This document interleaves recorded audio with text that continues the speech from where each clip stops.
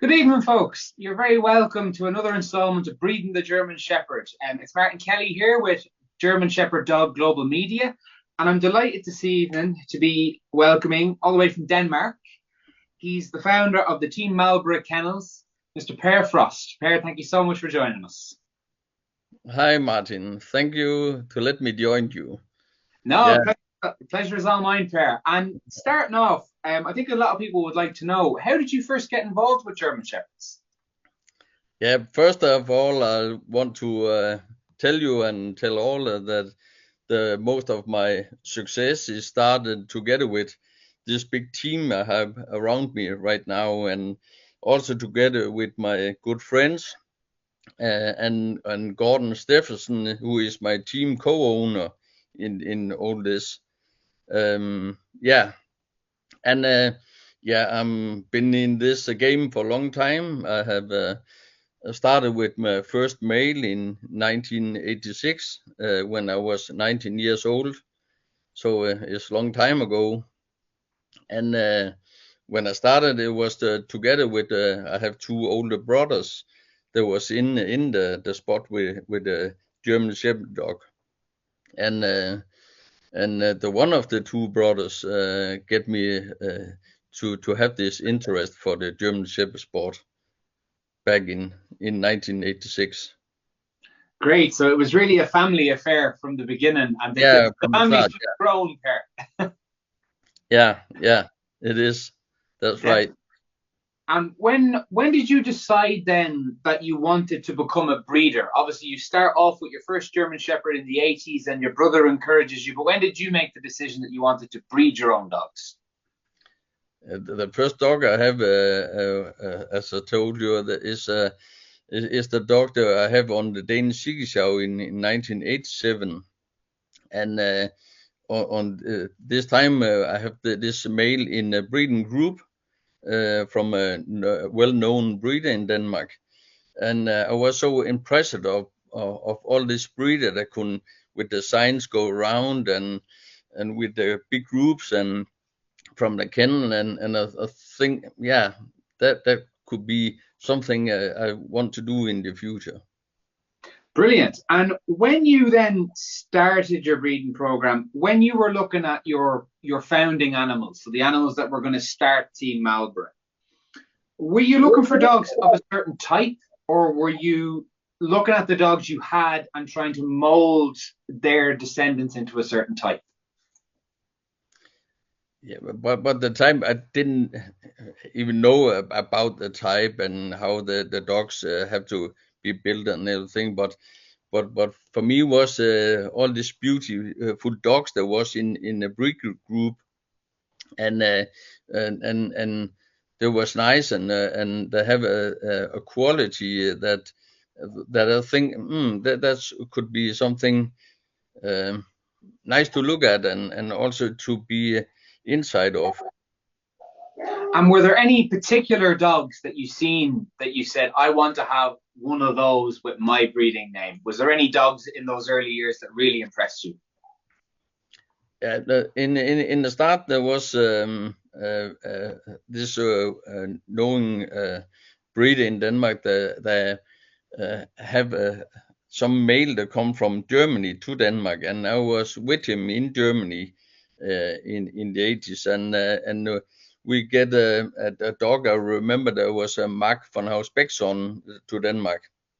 He was a beautiful dog with nice color and coat and yeah and was not typical type of this time and I was very some inside to say I like this type of dog with collar and coat and big heads and in this time not like we talk about today but yeah.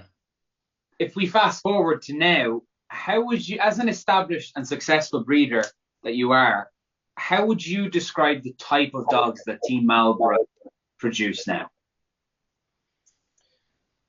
The type of dog we use now is still something that's not overtype. We try to make something that's not overtype with not curve overline and group, and yeah. So we try to do something that a family dog where everybody can look at and say, okay, this is a nice family dog, and of course we also want to make dogs that can be in the high level and be in the top of Zigzag, and sometimes we also make some litter that is not so correct as we want to do, but it is it's difficult to have the hands on all the time. Yes, you very much now look for dogs that are not exaggerated, dogs that are correct and like that have that fit for functionality as a family pet. And as a follow up pair, how do you ensure that you keep that type of dog as your line goes on? What sort of practices do you do to maintain the Team Marlborough type? For the first thing is very important where I know my female, and I know the bloodlines, and in this year here, after so many years inside to breeding, then I think I have easier to look at the bloodlines, look at the male lines, and what things will give the outcome of everything when I breed. So it is very important I know my female before I start to make a start with her. And when you talk about knowing the female there, obviously it's about her type, it's about her pedigree. When you're looking at the male to mate to your female, what are the most important things that the male has to have? Is it certain dogs in the pedigree? Is it certain things in his type? You know, he's not exaggerated, he's a good head. What are the type of things you look for in a stud dog? For a stud dog is for me also important when I come on German Chica Show and can see the offspring group, so I can see what is able to deliver on the puppies. Is is this good or is this bad, and also it has to match to my female, of course. So but I know today that the most important for me is to breed with a male with a high quality. In the start of the 19s, I often use some male that not have this high quality and think, oh, I can maybe do something everybody else not have seen come, today I know we have to do with a high quality dog. So Yeah, of course. And you've talked about the progeny groups, which is something I think we'll get back to later. But one of the other important things for some breeders is the dogs that come behind a male. So his pedigree, his father line, his mother line. How important is the pedigree for you when you're looking at a potential stud dog? What do you look for in a pedigree? in pedigree, I also look for the healthiness, because the hips and the elbows and others default they can be, then yeah, I think it's very important to know more about the lines behind the male, and that can be the point where we can get the best result on the letters if we know something about it. And as I say before, when I start with breeding, it was not easy. I also have to talk with these guys that have been in the game in a long time. But now, of course, after nearly 40 years in this game, I know a lot about the dog, and also the top dog from Germany. And who you mentioned there when you started out, some people that were there to give you advice. Who were your biggest mentors in the breed from a breeding perspective when you were starting out? The mentor from the start was a guy that was in the 80s.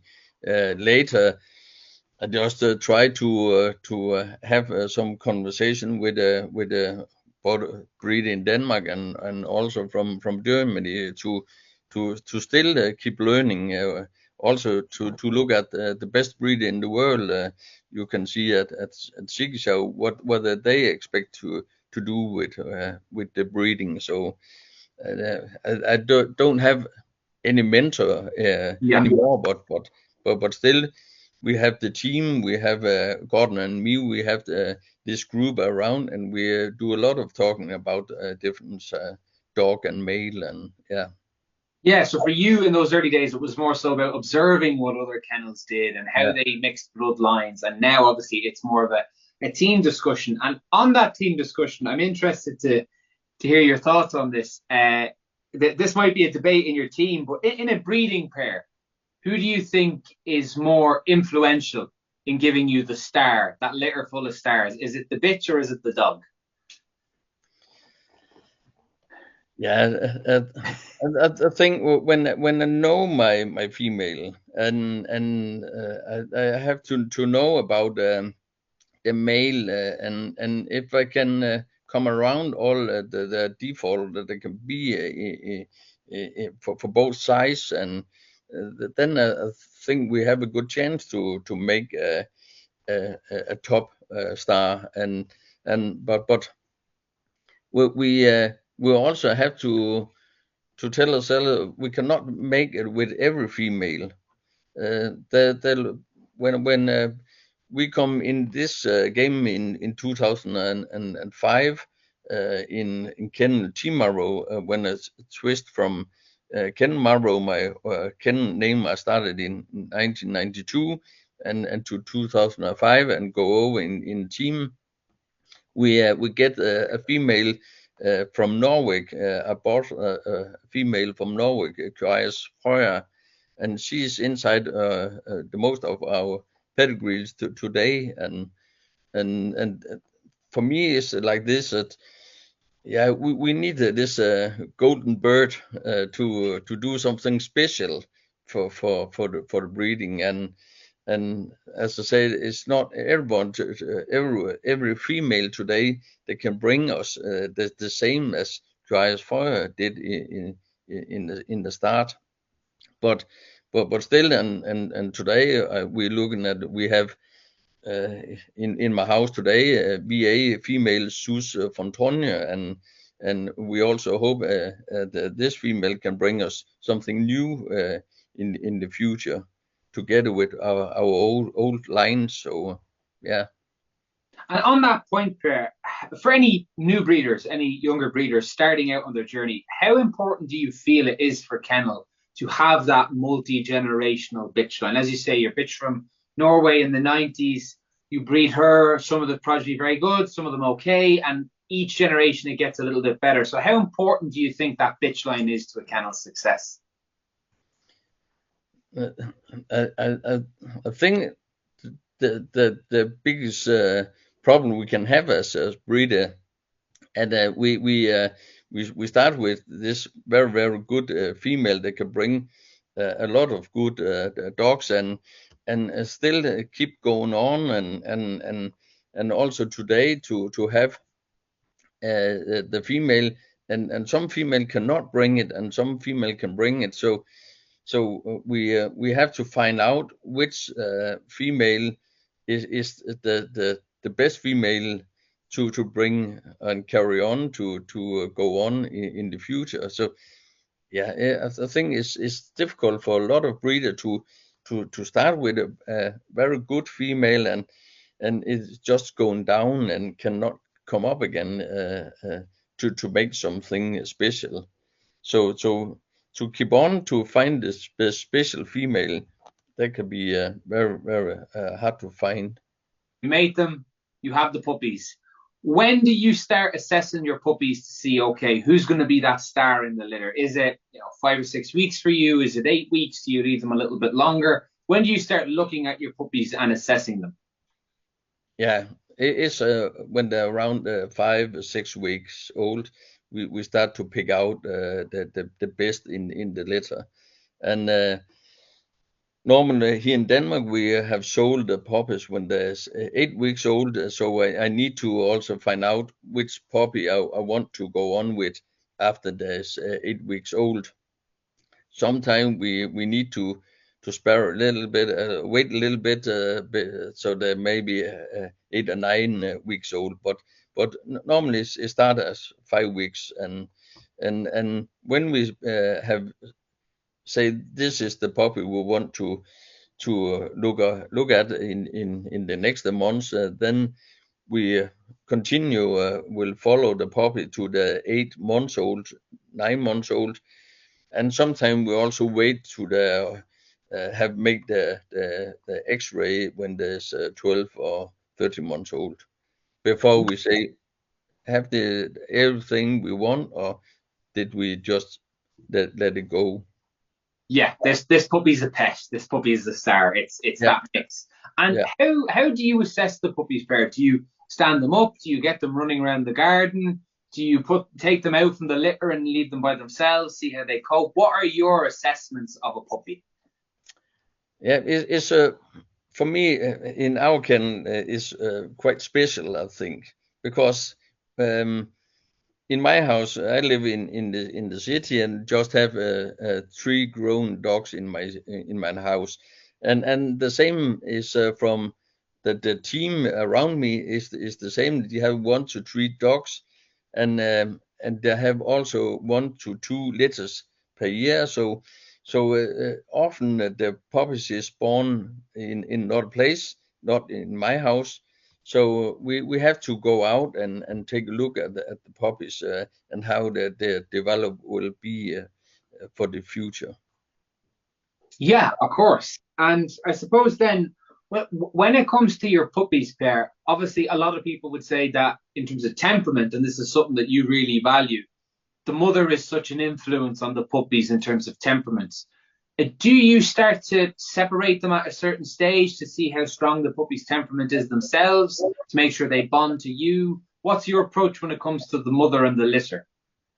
Yeah, already when there is 5 or 6 weeks old, the mother can uh, uh, go from the litter and go back if they want, and when they're 7 weeks old, it's end with to be together with the mother, and when there's 8 weeks old, they come out in the family, so they live as a family dog, and the puppy we want to carry on with in the future is going to start training at 9 weeks old for EEP program. So we start very early to make all this stuff with EEP and shows, and also there will be in the family. We don't have this big kennel with a lot of dogs. We have small groups from. But it's like that consistently breeding to dogs that have good temperaments as well to make sure that it sort of stays in the line. And I'm curious, Per, we've talked a lot about what you look for in a dog, a stud dog or whether it suits the bitch. Are there any faults that you would see in a stud dog? Let's say it's a beautiful dog, fabulous color, good head, good underline, good overline, but it might have, light eyes, or it might have, a slight exaggeration in the hocks. Are there any faults for you where you say, beautiful dog, but no, I can't use this dog because of this fault? Yeah, and you say a lot of thing here where you say that I could be light and but also this overtyping when the overline is curved and the croup is not correct position, and there'll be over angulated behind. That can also be a problem, and it have been a problem in many years, and I also think today we'll see the judges will take care of we not have all this problem we've seen before, because we need a more stable dog. We need a more dog that is nice to look at when there is out in the family, and not this overtyped dog. And also now there's a lot of this very big heads we seen on the dogs, and we also have to take care about that. we don't have a dog that do not look like a German Shepherd dog, but look more like a Rottweiler or what they can be. So yeah. So Yeah. yeah. You try to avoid those dogs that are giving in to modern trends to a certain extent, you know, keeping in mind what the breed is bred for and making sure it's fit for function. That's what you look at most important. And Yeah, yeah. and it's very difficult because uh, there's also something pretty about this very big dog with big head and but we have to take care of. We still have something that have to look like a German Shepherd dog and not as we see around in the world with the big ears and Yeah. not correct and there's so much stuff going on right now with before was the over angulated and today is more the big head, the big ears, the yeah. So I think we have a lot of stuff to us as a breeder to take care of. No, absolutely. And on the flip side, because we try to be positive too, are there any trends that you've seen in the breed that you see as positive? So things maybe that have changed since the 80s or 90s that we have now that are positives in the breed. Yeah, and I also still think we have a lot of things that's positive. There's more and more is going back to the be correct in the front and behind and yeah.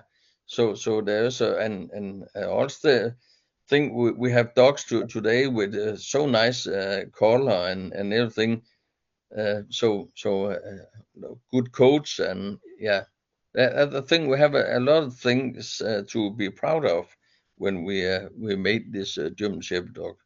And speaking of things to be proud of, I mean, you've had so much success as a breeder. You know, you've competed with, you know, breeders groups at the Seeger Show. You've had dogs like, you know, Hilton over the years as well. Beautiful dogs, and you've competed to the highest level. What's been your proudest moment as a breeder? Oh, there have been, in my opinion, a lot of things to be proud about, but something I can tell you is we have this K litter from Tim Albro's K litter. There was a Kashmir. He was a SD4 at Chigishaw. There was the sister VA Cobra was VA in Denmark. We have a Camilla that is mother for Hilton, and we have Hilton that make SD4 in 1824 class and also later VA9 on Chigishaw. We have we have the Seeger from 2011, Chimalbos Harley. We have Kashmir, as I say, in 2012 there was SD4. So yeah, and also our breeding groups we are very proud of. We are making in Denmark we will be winning 12 times in Denmark, and we have been able to make a group at Chigishaw 10 times and 3 times be number 5 in Germany. So yeah, there's so much we can say we are proud of in the team and yeah, and also one thing I'm very proud of is when we are on the show in Germany, there's a lot of people that know us uh, as the blue collar. So Yes. yeah, and there's also we have a great people around us that do the stuff on a positive way, and that's count a lot from for me and Gordon to have all these people that want to do it in positive way and want to enjoy everything. Cora, and I actually remember on my first Seeger show, me and my father, we were at one side of the stadium, and I didn't know at the time, but all the Marlborough Hilton guys were over the other side. Remember, I said to my dad, I said, "What kennel is that?" He said, "That's Team Marlborough." And then I think one of your females and one of your males went by, and everyone did like a Mexican wave.